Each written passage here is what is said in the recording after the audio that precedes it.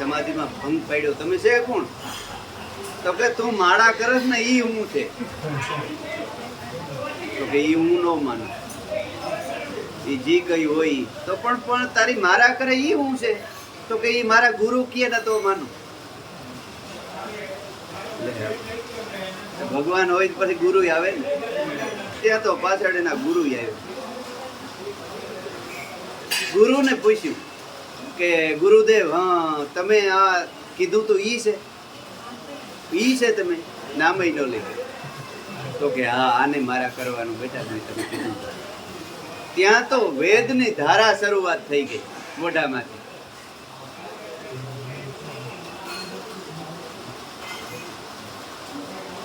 શું વેદની ધારા શરૂ થઈ? गुरु गोविंद दोनों खड़ा हमें किसी को लागू पाए तो बलिहारी मारा गुरुदेव ने जेनी गोविंद को दिया पहला हूँ मारा गुरु ने पगी लागू अने पसी गोविंद बलिहारी है नहीं एटले सद्गुरु એટલામાં જો ઈશ્વર મળતો હોય તો તમને જીવતો જાગતો બતાવ્યો, આંગળી મૂકીને બતાવ્યો કે આ બ્રહ્મ છે, આ કાનો તો ભાગ્યશાળી ન કહેવાય? એટલે બીજો અવતાર અર્જુન બગલાનો ધર્યો, નદીને કિનારે બેઠો બેઠો મસીયા મારે, મારા ગુરુજીના દર્શન અર્જુન ઉત્તમ. પછી ત્રીજો અવતાર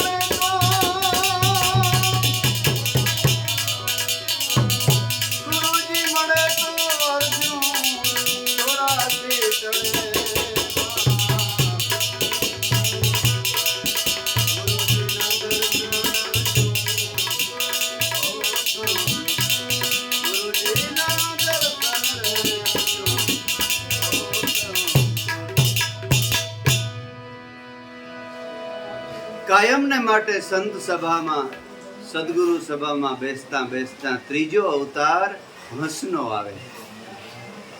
ત્રીજો અવતાર અર્જુન હંસલા કેરો ધર્યો. માન સરોવર બેઠો બેઠો મોતીના છોડે.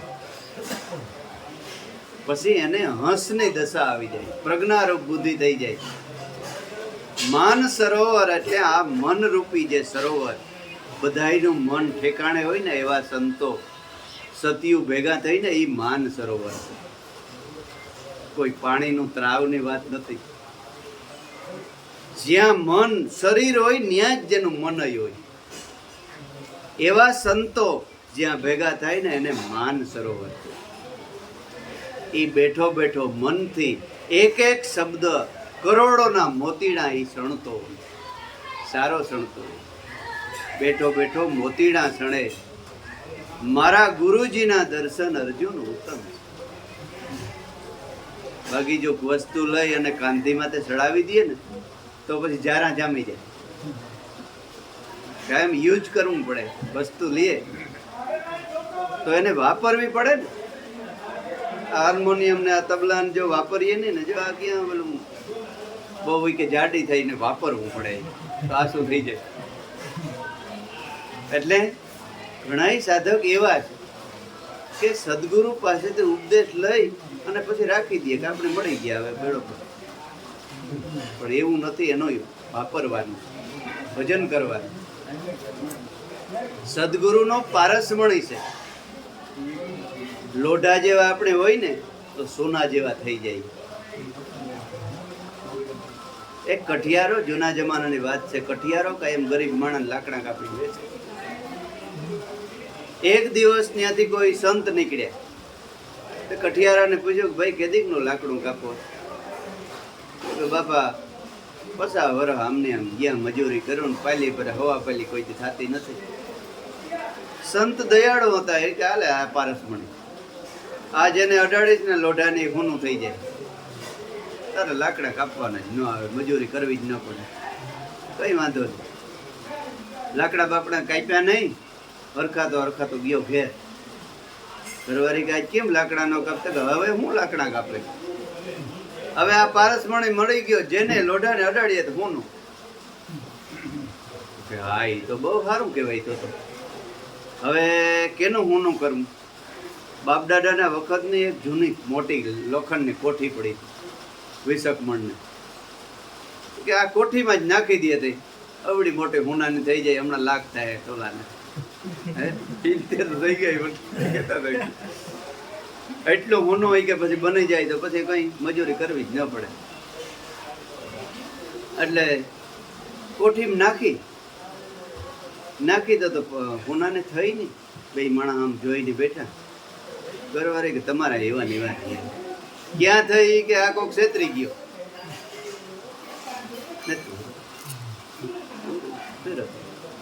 મારે નથી પીવી. અલા જો પૈસા આવી ગયું. એટલે ક્યાં થઈ? કે તમારા એવા ને એવા હોય, છેતરી ગયો. તો કે પણ સંત હાસા આવી જાય અંદર આવજો. સંત કે હાસા હતા. પાછા હોય તો બિચારો લાકડા કાપવા વર્ગી ગયા. 5 દી 15 દી થયા ને તો ઓલા સંત પાછા નીકળ્યા. ઓલા હરજી તારે ભિખારી પણ નથી મીટ્યું હોય કે હજી લાકડાની મજૂરી કરે છે. અરે બાપુ તમારી તો હું વાટ જોઉં. ઘરવાળી કાયમ મેણા મારે છે. કાયમ મેણા મારે છે. તો કે કાં? તો કે ઈ પારસમણી ક્યાં હાસો હતો? એ તો ખોટો હતો. તો કે ભાઈ મારે ક્યાં તારી પાસે કઈ જોતું હતું તે હું તને ખોટો પારસમણી આપું? પારસમણી તો હાસો જ છે, પણ તને વાપરતા નહીં આવડ્યો હોય.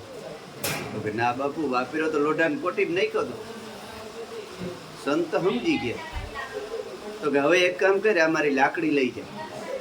લાકડી લઈને કોઠી ફેરવજે. તો કે હવે ભરવો ન કરું, તમે ભેરા હાલો. તો હાલ ભેરો આવું. સંત આવ્યા ભેગા અને કીધું કે કેમાં નાખી? તો કે જા કોઠી નાખી. હાલે લાકડી ફેરવી. લાકડી ફેરવી ખૂણાની થઈ ગઈ.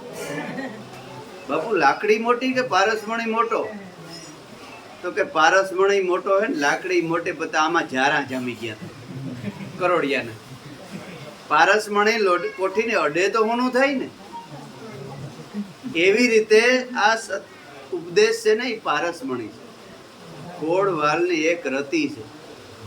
પણ તમે ભજન ન કરો તો કર્મના ઝારા જામી જાય તો મોક્ષ ન મળે. એટલે કાયમ ભજન કરવાનું. ખાતા પીતા હલતા ચાલતા બેઠતા ઉઠતા યાદી ખાલી રહે ને કે મને ગુરુ મળ્યા છે, સમ્રાટ ગુરુ મળ્યા છે, અને થોડું થોડું ભજન થાય ને તોય વાંધો નહીં. પ્રેમ ભાવ કાયમને માટે હોય ને તોય વાંધો નહીં. એટલે ત્રીજો અવતાર અર્જુન હંસલાનો થરિયો. માન સરોવર બેઠો બેઠો મોતીડા સણે, મારા ગુરુજીના દર્શન અર્જુન ઉત્તમ છે. ચોથો અવતાર ચોથો અવતાર સાધુ કેરો ધરી. પછી એમાંથી વટી ગયો ને એટલે સંત બની ગયો. પછી સંતોની ભરી સભામાં બેઠો બેઠો એ ભજન કરે. મારા ગુરુજીના દર્શન અર્જુન ઉત્તમ છે રે, ગુરુના માતમ છે ગુરુજીના દર્શન. પછી ચોથો અવતાર સાધુ કેરો થઈ ગયો ને પછી બેડો. પછી એને કંઈ કરવું પડે નહીં. કાયમને માટે જન્મો જન્મ સોનું બની ગયા પછી કદાચ કિસળ કાદવમાં રખડતું હોય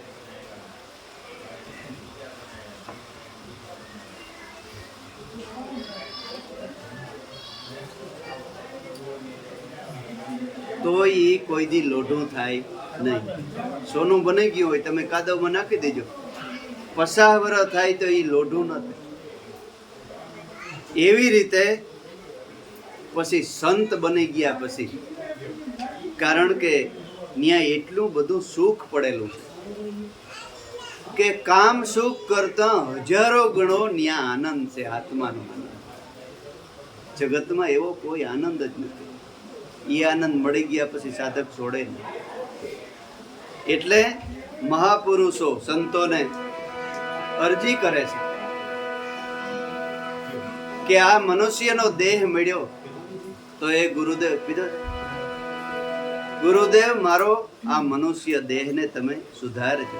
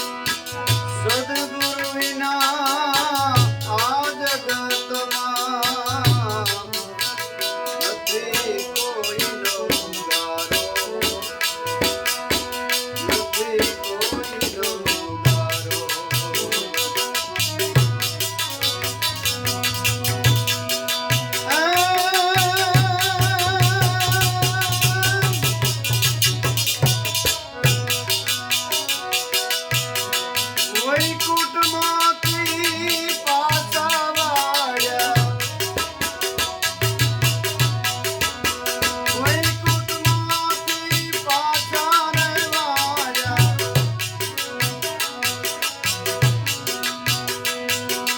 નારદ સુખદેવ જોગી ગુરુજી મારો આવેલો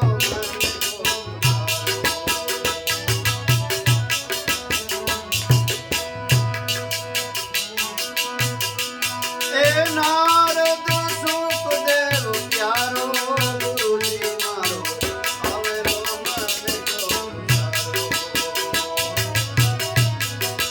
એ જીવ તો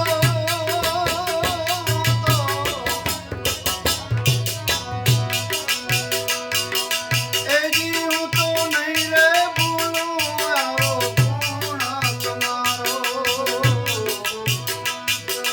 નહીં રે ભૂલું આવો ગુણ તમારો ગુરુજી આવેલો મને આવેલો મને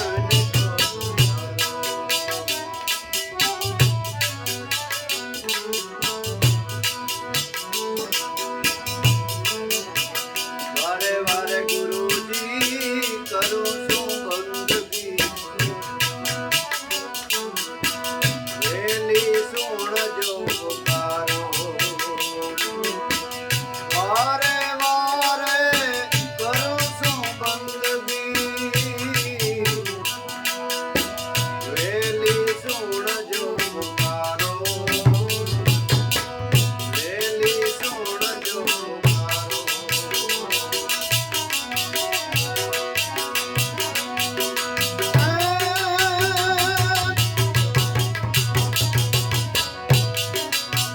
દાસ કેવલ પુરી કે, દાસ કેવલ કે કૃપા રે કરજો, કરજો.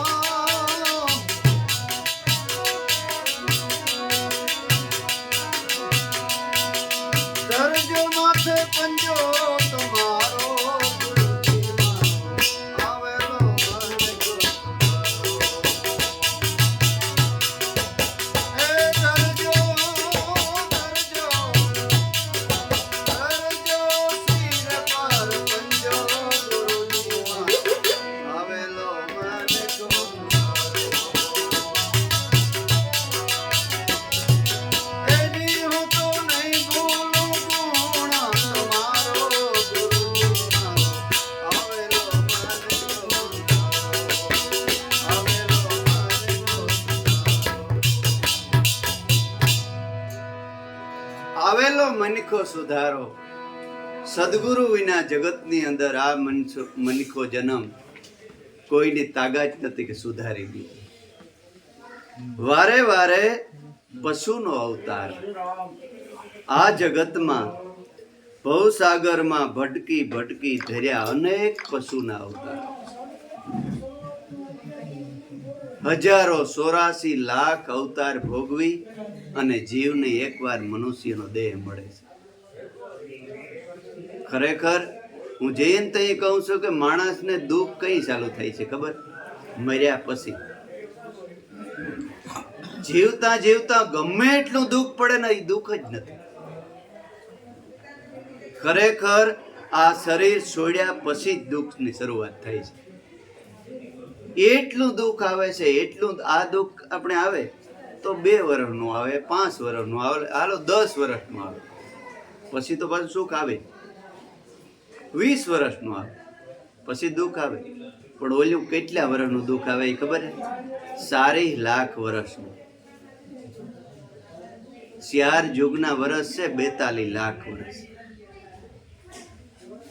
ગાયો ભેંસું બળદો અત્યારે આવી સિઝનમાં અત્યારે કેટલા આપણે બીએ છે. વરસાદ આવી ગયો તો વરસાદ આવી ગયો, આનું કોઈ એ આંખમાંથી સોધાર આંસુ વહી જતા હોય.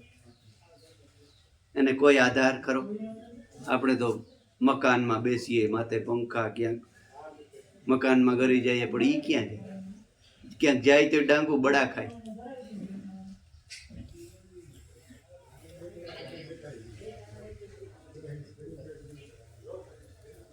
ભવસાગરમાં ભટકી ભટકી ધર્યા મેં પશુના અવતાર.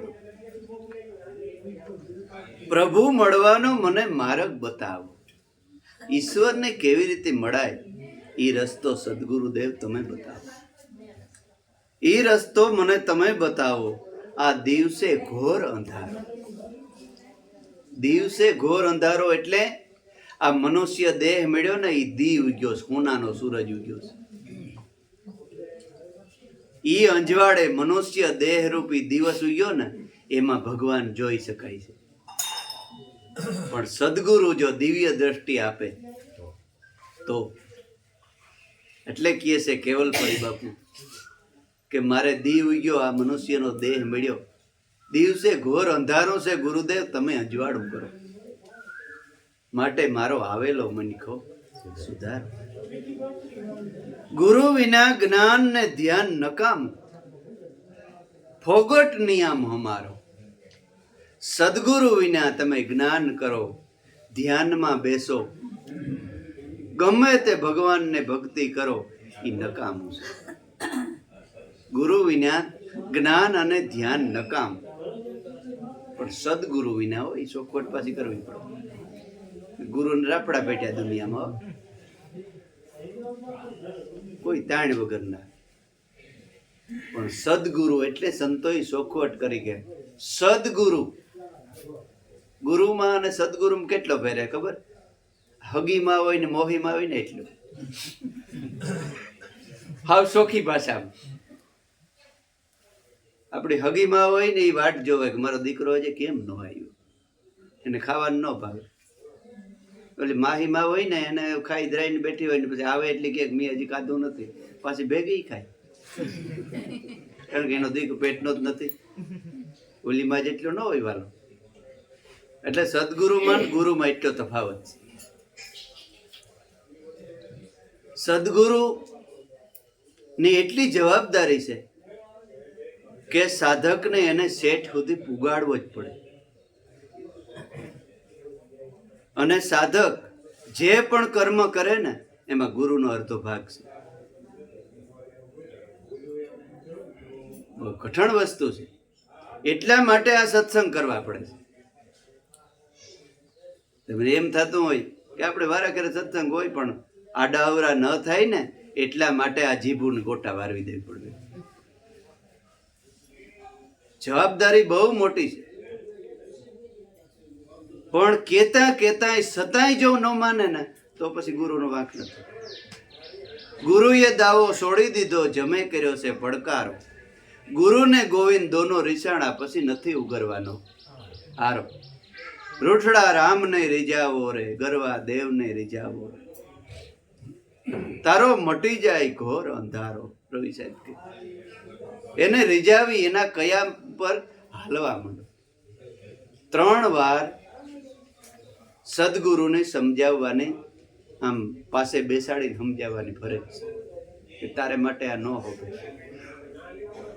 સતાય જો ન માને ને તો પછી ભીમ સાહેબની જેમ કે મેં કઈ કથાને ગારીઓ નથી નાખ્યો જીવનની, તારે જ્યાં ભગવાન જોતો હોય નથી ગોતી લીધી.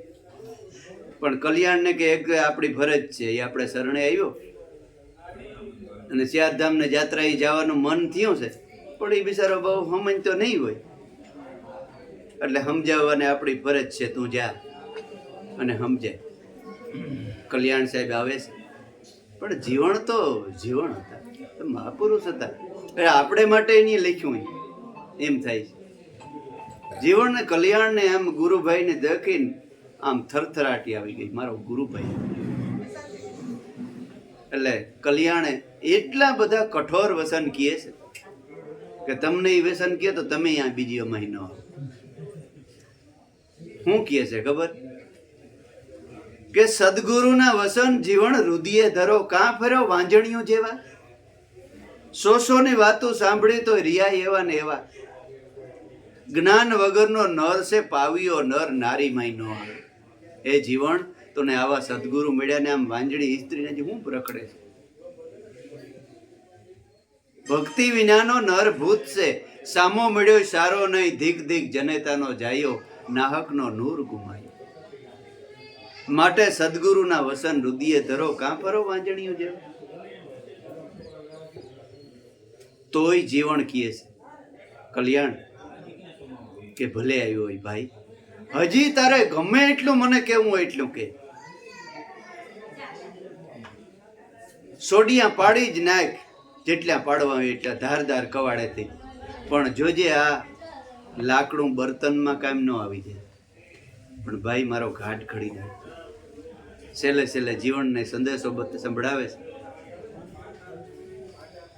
સંદેશો વાતું બરાબર ઓછી કરો.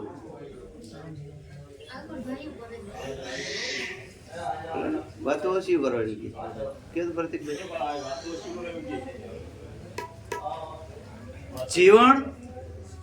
જીવનને સંદેશો સંભળાવે છે કે એ જીવને જ્યાં રાખીએ વાગે અનહદ તુરા, જળહળ જ્યોત્યુ જ્યાં જળહળે વરસે નિર્મળ નૂરા. એટલા બધા કઠોર. ત્યારે જીવન સાહેબને સમજાણું કે ઓહો, મને હું મળી ગયો ને હું શું કરવા માંગતો હતો. ભાઈ તું હારું થયું કે આવ્યો અને મને સમજણ આપી. ત્યાંથી જીવન સાહેબ પાછો મળી ગયા અને હતા એ ઠેકાણે આવી ગયા. એટલા માટે આ સત્સંગ સંભળાવવામાં આવે છે.